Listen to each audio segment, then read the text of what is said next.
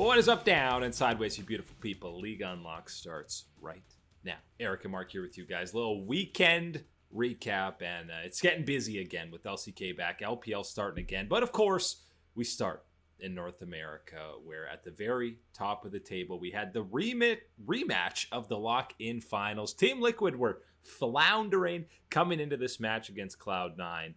But they looked good, and really this game, it came down to one bot lane dive. Pretty much set up the whole thing. Yeah, that was absolutely the way, and this is absolutely the result that Team Liquid massively needed to turn around their fortunes in the first half of this round robin that we're experiencing in North America. They really needed it, and as you said, that dive around the bottom side, that's the way to do it, and especially when you're talking about having a Skarner on the side of C9, you absolutely hate to see literally the walking, iteration of a Quicksilver item in top catch. Yeah, and you hate to see Blabber on a Skarner, first of all. This is a preview. We can have that discussion, absolutely. This is a preview of what the next patch is going to look like for Cloud9, potentially. But Santorin was insane on the Hecarim. Of course, he gets the Team Liquid buff for playing a horse on the Rift. But despite that, again, if you're doing VOD review for this game, you're Cloud9, you look at that bot lane dive and say, almost anything else is irrelevant after that. But despite being in some pretty hefty gold deficits, I felt like a lot of these team fights, you felt like Cloud9, they were close to almost winning them, and you felt like the game wasn't over, despite them being down 10k gold at some points. You know what it had a bit of a feel to? It had a little bit of that G2 light type of feel to it, right? Yeah. Where G2 is never out of a game. They're always looking for an opportunity, even if they're really far behind, to say, okay, you want to take this part of the map, you want to take this, but if you're not, making sure everything is crossed off, I'm going to take that, and I'm going to take this, and I'm going to pressure you in this type of ways. And that's absolutely the type of style that you saw with this Cloud9 roster pushed against, bad odds in this match against Team Liquid, and finding the plays, and especially with Perkz leading the charge, to find those plays to make something happen. Yeah, Perkz was still super fed on the Lucian in this game, and it still felt like a couple mistakes, maybe even just one mistake from Team Liquid could be the door that Cloud9 gets back into the game. Team Liquid closed it out cleanly enough, though, for them to do that. Only the second loss of the season for C9. Big win for Team Liquid to go back to 5-4. Still need some more from them to prove that they are a legit contender. Not worried at all with Cloud9, despite this loss. TSM, Dignitas. This was the fun one on the Sunday to wrap things up. TSM 2-0 on the weekend coming into this. Dignitas already picking up a win. They were looking good coming into this one, and really the biggest story is almost off the Rift for this one, because you have all this ridiculousness with Reggie, who, I don't know, just lost his mind over the weekend on Twitter, and people are now, because he's being so obnoxious on Twitter, people are almost foaming at the mouth even more to be happy to see TSM lose games, which is so unfair to these players. It's almost impossible, right, to think that people could hate the organization, be more motivated against them now than they ever have been before. But absolutely, the poorly timed. Absolutely. Look, what we talk about with Reggie, what we know with Reggie, and I don't want to talk about it for too long because I do want to talk about the players in the game. Reggie's a troll, my man. We've known this for a long time, and he's trolling pretty darn hard with this whole import thing and everything, that situation going on. But at the same time, one, not funny. Two, bad timing. Three, read the room, my man. Nobody wants to be having this going on. And four, again, this type of distraction, this type of, obnoxiousness is creating issues with how people are wanting to respond to the team and these players, which to these players is completely uncalled for. You're talking about players that have already signed up for this TSM organization, knowing what that brings and everything around it, and, all the type of memes and online, hate that comes through. And now you're adding in this, and now you're talking about again, with this roster, and let alone some of these players as imports themselves, the type of attention that you're bringing to it is just not needed whatsoever. And now we get to talk about the performance in the Dignitas game, which does feel like, a little bit of payback for the earlier wins that TSM has accumulated this year. And in some Dardoch payback. Yeah, of course, some valued Dardoch payback, and making sure getting some payback against Spica with some of those steals. of the smites. Love to see that on the Dardoch side. But But again, this is the one that TSM should have won. They should have won this game absolutely, and they dropped it into the hands of Dignitas, and they took it and ran with it. Yeah, okay. There were some smite steals. There was a couple, obviously the big game changer around the Baron, and people freaking out with this TSM loss. They just completely turned their season around. The last 2 weeks were completely rolling coming into this match. They drop a game to Dignitas, and people are all of a sudden panicking like crazy. Look, this isn't Dignitas from 2020, 2019. Look at how they performed in this game. They played well. They deserved the win, even though, okay, TSM, again, the Baron play happens, but Dignitas look like a legit playoff team.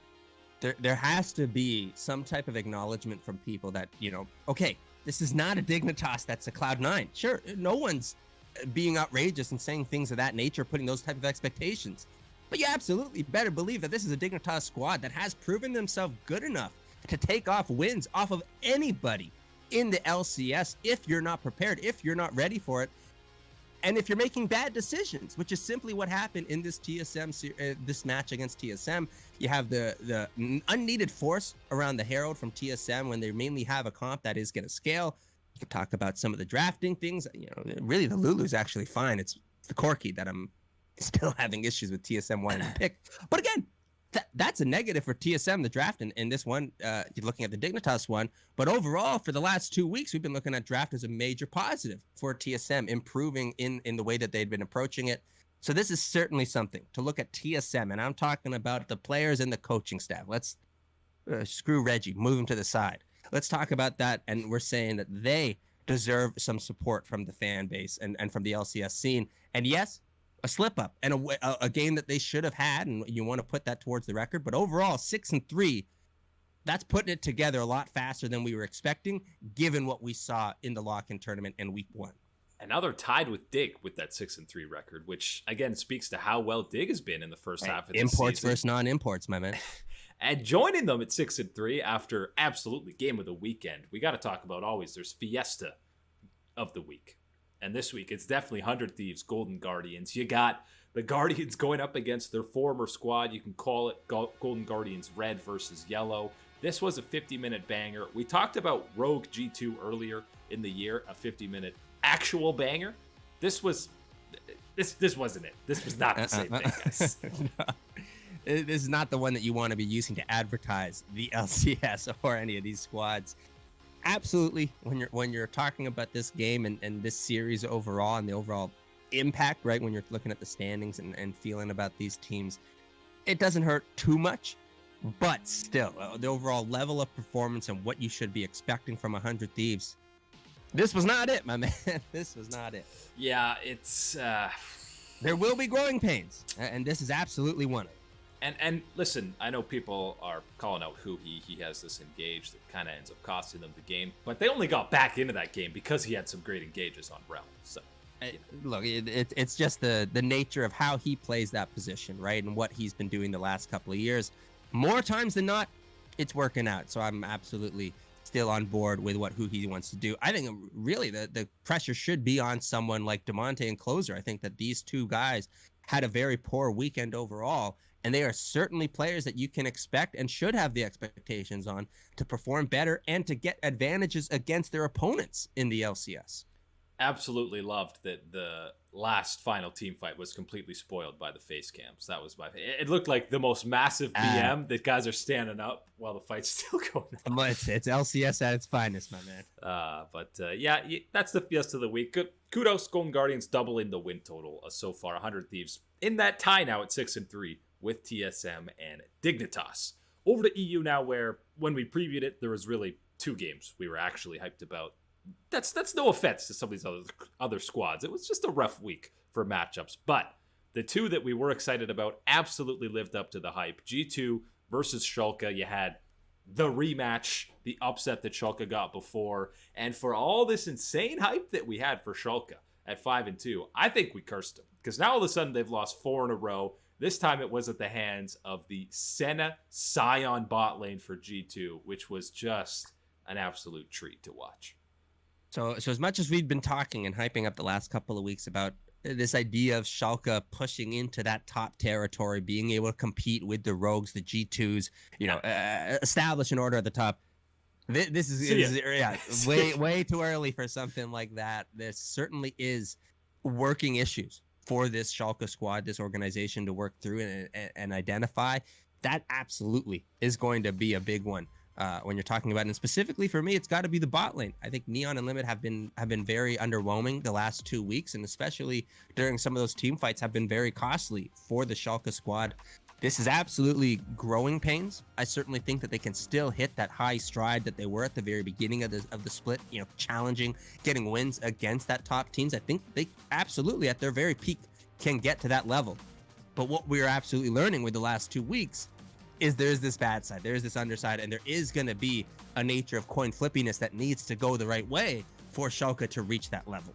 And it's an even bigger mismatch when you're going up against Reckless and Mickey to compare that bot lane disparity. And look, it's not fair when they're busting out things like the Scion Senna. Come on. That combo with the minion and the snare on Senna, absolutely disgusting. Them spamming the emotes afterwards. Reckless has been disgusting on Senna for basically since she was released. Now pairing him up with Mickey when he's playing stuff like Scion. That was the tankiest support I've ever seen. I know he's not support because he's actually getting CS from the fasting, but man, someone's got to tell Mickey about the Scion passive, my man, because he's not utilizing it all that often. That's crazy. The way that they're playing. I'd love to see actually the old Senna Zillion busted out once again. Yeah. I'd love to see that. He had that with Hylissang back on Fnatic. I think that could be an interesting one to see how Mickey can play that. But yeah, absolutely, if you're willing to bring out something like the Scion, something you haven't really practiced to just be in draft and oh wait, the Tom Kench is gone. What do you want to do, Mickey? Hey, let's try the Scion trick out, my man. It worked out great. Yeah, and this felt like G2 sending a message like, yeah, congrats. You're upset. You beat us once in the regular season. Good for you. But if you watch any of the behind the scenes or face cams on G2, I swear Reckless has smiled and been laughing more this split, which we're just over halfway through, more than the last 2 years on Fnatic. He's playing with Mickey in lane. And he's got Caps back on his team. Reckless is feeling pretty damn happy. And yeah, absolutely. This is something that I think is noteworthy, right? We talked about this in the offseason. How well would Reckless adapt mentally and personality-wise pretty to this seamlessly G2 organization? Absolutely. I think a lot of people, ourselves included, maybe played too much into the whole, tattoos and seriousness type of meme. But my man, he's absolutely is someone that can let it go and let loose and fly a couple of those happy bee emotes. And we've seen that this year, which is good. Yeah, it's pretty easy to turn the tattoos into a meme as well with those poses. And, he's done it pretty well on G2. His boys on Fnatic had a rough go on the Rift this weekend. And Mad Lions improved to 2-0 against Fnatic. This one also lived up to the hype. It was very much like their first matchup. A whole lot of back and forth team fights.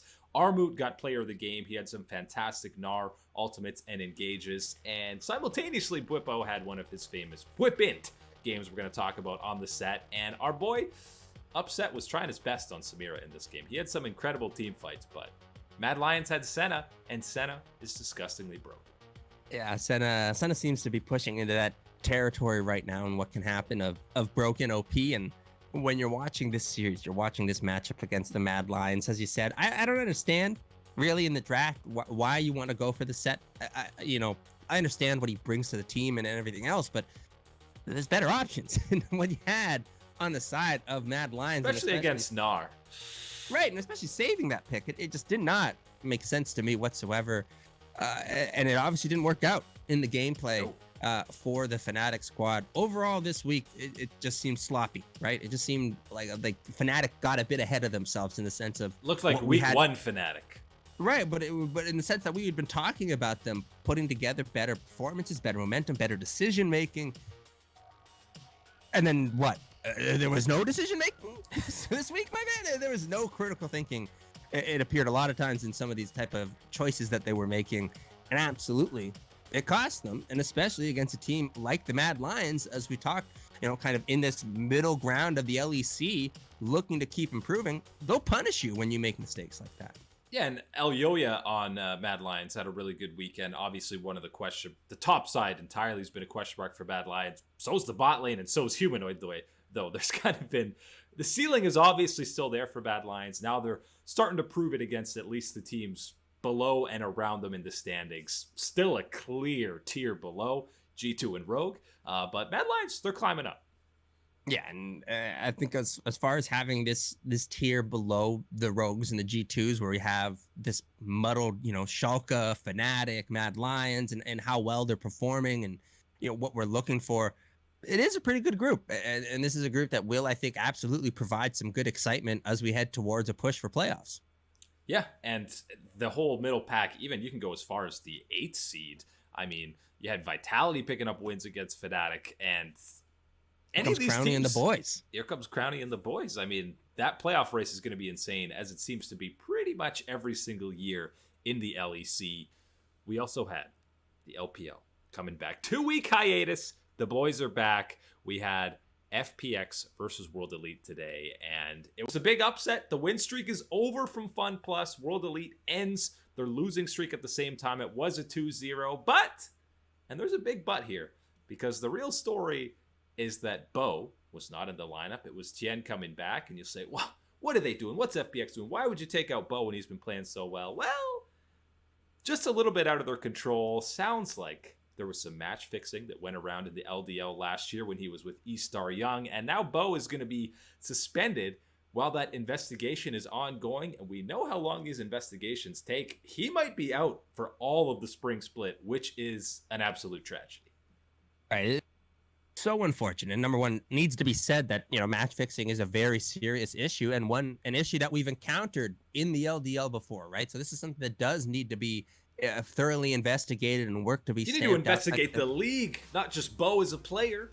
Absolutely, that's where this is not about Bo as an individual or some massive transgression from him. And the reason why he's out is this investigation. And as you said, this investigation is going to take all year. This is insanity right now. And this, again, it's hard to push back, right? Because there is a bit of a guilty party with Bo and involved. It is a very serious situation to deal with. But at the end of the day, a talent like Bo, someone so young like this, and looking at his involvement in it, to be gone a whole year with what has been happening just seems so absurd and so unnecessary. And it really is unfortunate, not only for FPX, but more so for Bo, right? Looking after the individual here as a player really does suck. And it's a thing we've heard multiple times about the LDL, and you heard the official statements. Bo was even saying he was coerced into this. We've seen cases where teams are into match fixing, and it's either, your bench, you're not going to play, or you do it. So it's a very toxic environment to be in. We've seen Juan Fang talk about it in stories as well when he was in that scene. So that's an absolute mess.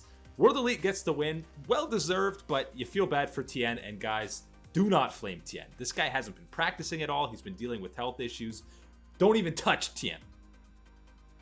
Hey, when everyone's got a friend that drops League of Legends for a while, and then unfortunately, like we all do, succumbs to the urges to log right back into their account and play some more League of Legends. They're not the same player right away. They're not back to their skill level. Everything. Everyone gets rusty. And now you're talking about asking someone to play at the absolute highest level. Go up against Bei Shang right away. Yeah, exactly. Bei Shang, one of the best that we have right now in the LPL, and how well he's playing. Not happening. Certainly don't want to hear any of that criticism on the FPX side. And I think even considering that, what needs to be done here in this one, and after we move past the whole Bo and Tien situation, is to give some credit to WE, because yes, sure, this is an FPX squad that has some rough stuff on the day, but overall their momentum and their level of play that we had from them moving in, yes, with Bo, was extremely high, and still required WE to step up on the day and deliver a level of performance necessary to get through. They absolutely did. Yeah, they snapped the losing streak, like I mentioned. Now they're 6-3. Big win for them. They still deserve it. LCK recap action. If you watched the Hanwha Life Damwon series over the weekend, that was one of the best series we've had so far in spring. All the games were incredibly back and forth. And, Sion and Senna, yeah, that's fun, G2. But Damwon and Beryl, he's going to raise the stakes and say, that looks fun. Give me the Heimerdinger in a Game 3 scenario. Oh my God. I'm leaving. I'll take the loss on that one, my man. I'm leaving. If I see that Heimerdinger down there, not happening. Hey, damn on, they find a way to make sure that this is a win column victory for them, but absolutely by no means was this the clean performance. And you know what? You can take a lot of positives. It's your Hanwha life. After they've kind of been slumping lately, struggling against the lower tier teams, to have an incredibly competitive back and forth series against Damwon, that's a couple of thumbs up for me. And it wasn't 1v9. It wasn't just the Choice. Nope. Deft was playing well in the wins, and even Arthur and Morgan were stepping up as well. So a lot of positives for Hanwha, even though they lost. Then we get to T1. They did what you asked, Mark. They 2-0 Live Sandbox. Game 1 was the furthest thing from a stomp you could see, but we also got more roster changes because Owner, the third jungler, makes his debut for them, and Closer also came in. Teddy came in. The dream lineup now, I'll tell it to you, everybody wants it. It's Zeus, Zeus. Keep Owner in there for some series, bring Faker back, and I want Teddy over Gumiyoshi. If it's gonna be Owner, man. Can we make sure that we get this lineup, please? Please get. You're running out of time to figure out what your roster is, guys. Because this feels, right now, what you're looking at, and this is wrong. This is the wrong analogy for it because the power is not here. They don't deserve this type of one, but I'm gonna use it. So just know that I know it's wrong, but I'm gonna use this analogy, guys. It's like the gauntlet that Thanos has gotten. He's got almost all the stones. You got the stone in your hand. It's Faker. Put it in. That's the one. Maybe he dropped it. He can't find it. Slot and closer again, which is not meant to be anything against Closer, guys. It's just us having a little fun and saying yes. This lineup is showing us the potential, and finally, what we talked really a lot of stuff. And it seems weird to be at this position with so much young talent on T1, but it has to be in order to stay competitive and be at this top level in the LCK. And the next step, that little cherry on top, is of course our boy Faker getting back in that starting spot. But we both wanted to see Owner play because both Element Cuz weren't exactly doing what you wanted as T1. But you're 10 series in now. You're beyond the halfway point of the season. You got to lock in a roster to start prepping for playoffs. And this was just a win against Live Sandbox. I know, one of the worst teams in the LCK, but you got to lock in a roster soon. And that's really the important thing, I think, as you say, locking in a roster, moving forward with an established group, a set lineup, right? I think that is something that can provide some power and stability. You can have subs. You can have subs, but you need a starting roster. And let alone having situations where you're like, this is how game 1 plays out, and then we want to draft in this style for game 2. It's absolutely, you can have these you can swap out. Still, that's not what we're saying. But we want to have that established start lineup, right? We want to have push forward, best face into this match. And 99% of us are going to say that that's with Faker in that mid lane role right now. The way that he's playing, the form that he has, let alone the past, absolutely deserves this role. And a guy like Teddy has shown over the last few weeks, he can be more consistent than Gumiyoshi as well. So 5-5 now for T1. They still have a lot of things to sort out and be that actual playoff contender. We've seen countless times they sneak in as that 6th seed and go on a full run, at least to the finals or a few rounds of playoffs. Wouldn't be shocked if we see that again, but you need Faker in there to be doing that. And I want Teddy to get his starts. Kyria has been the best player for T1 so far this split, but that is it today for League Unlock. Eric and Mark here with you guys as always. Thanks for hanging. We'll catch you on the Flippity Flip.